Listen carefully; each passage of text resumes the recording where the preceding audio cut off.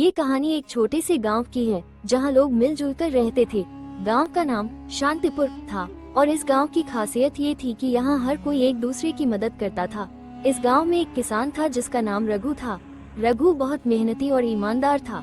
उसके पास कुछ जमीन थी जहाँ वो फसल उगाता और अपने परिवार का पालन पोषण करता था। रघु के पास भले ही ज्यादा संपत्ति न थी, लेकिन वो संतुष्ट था। उसकी पत्नी सीता भी उसके साथ खेत में काम करती और घर का कामकाज संभालती। उनके 2 छोटे बच्चे थे जो गांव के स्कूल में पढ़ते थे। गांव में हर कोई रघु की इज्जत करता था क्योंकि वो हमेशा दूसरों की मदद के लिए तैयार रहता था। जब भी गांव में कोई परेशानी होती, लोग रघु के पास सलाह लेने आते और वो हर बार उन्हें सही रास्ता दिखाता। एक बार गांव में भीषण सूखा पड़ा।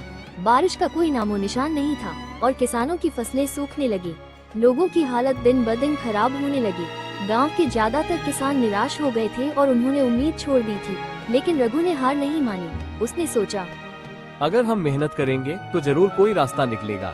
भगवान हमारे साथ है, बस हमें हिम्मत नहीं हारनी चाहिए। रघु ने अपने खेत के पास एक छोटा तालाब खुदवाने का निर्णय लिया ताकि बारिश के पानी को इकट्ठा किया जा सके। गांव के लोग उसकी इस सोच पर हंसने लगे। वे कहने लगे, रघु, तुम्हारा दिमाग खराब हो गया है। इतनी मेहनत करने के बाद भी अगर बारिश नहीं हुई तो ये तालाब किस काम का? लेकिन रघु ने उनकी बातों पर ध्यान नहीं दिया और अपने काम में लगा रहा। उसकी पत्नी सीता ने भी उसका साथ दिया और दोनों ने मिलकर तालाब खुदवाने का काम शुरू किया। रघु दिन रात मेहनत करता रहा और कुछ महीनों में उसका तालाब तैयार हो गया। गांव के लोग अब भी उसकी योजना को बेकार समझ रहे थे। उन्होंने सोचा कि रघु ने अपना समय और मेहनत व्यर्थ कर दी। लेकिन रघु ने कहा, अगर हम खुद पर भरोसा करेंगे और सही दिशा में मेहनत करेंगे तो एक दिन जरूर सफलता मिलेगी।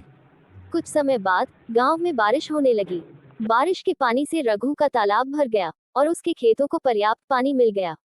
जहां बाकी किसान अपनी सूखी फसलें देखकर दुखी थे, वहीं रघु के खेतों में हरियाली लौट आई थी। उसकी फसलें लहलहा रही थीं। गांव के लोग ये देखकर हैरान रह गए। अब वही लोग जो पहले रघु का मजाक उड़ा रहे थे, उसकी तारीफ करने लगे। उन्होंने समझा कि रघु की दूरदर्शिता और मेहनत की वजह से ही वह इस कठिन समय में भी सफल हो पाया। गांव के सभी किसान रघु के पास आए और उससे माफी मांगी। रघु ने उनकी माफी स्वीकार की और उन्हें बताया कि अगर वे भी मेहनत और धैर्य के साथ काम करेंगे तो उनकी भी हालत सुधर सकती है।